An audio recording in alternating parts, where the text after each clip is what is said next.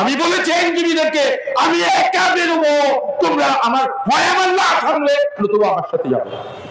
প্রাথমিক খেলায়, স্টার্টিং খেলায়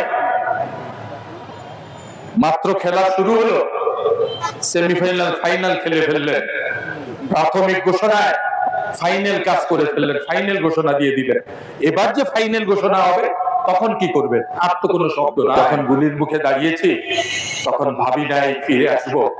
যেদিন কঠিন আন্দোলনের সময় আমার স্ত্রী সন্তানদের চোখ চেহারা দেখে আসতাম, তারা প্রথম বুঝতে পারে নাই কেন আমি চেহারা দেখি।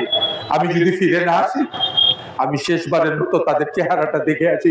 অনেক সময় ঘুমের মধ্যে আমার ছোট মেয়ে থাকতো, তার মাকে নিয়ে তাকে দেখে আসতাম। তার মা বলতো তুমি কেন দেখছো? আমি আমার মনের ভাষাটা বলতে পারি না। যদি আমি গুলিবিদ্ধ হয়ে রাজপথে লুটিয়ে পড়ি, আমি যদি আর সবাক হয়ে এই বাড়িতে না ফিরি, আমার যদি লাশ বাড়িতে ফিরে আসে, এই চেতনা নিয়ে আবেদ রাজা সংগ্রাম করেছে।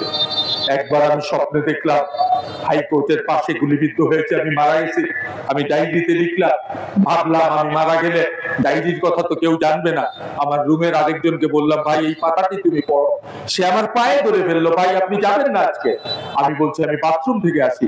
এ কথা বলে আমি মিছিলে যোগ দিয়েছি। কোনো সময় ভাবি নাই আমি ফিরে আসবো। দেশনেত্রী মার্চ ফর ডেমোক্রেসির ঘোষণা দিয়েছেন, কেউ বেরোতে চায় না।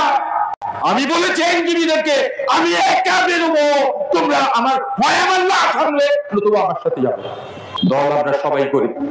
খালেদা জিয়ার জন্য যে ব্যক্তিটি প্রাণ দিতে প্রস্তুত, শরীরের মধ্যে আঘাতের চিহ্ন, তাও আপিল শুনানিতে বলেছে যে স্যার 7টা কুলি আঘাত গুলো দেখেন। বলছে না না না দেখতে হবে না, দেখতে হবে না। পাতা ভাঙা, লক্ষ্য করে দেখবেন খুঁড়িয়ে হাঁটি।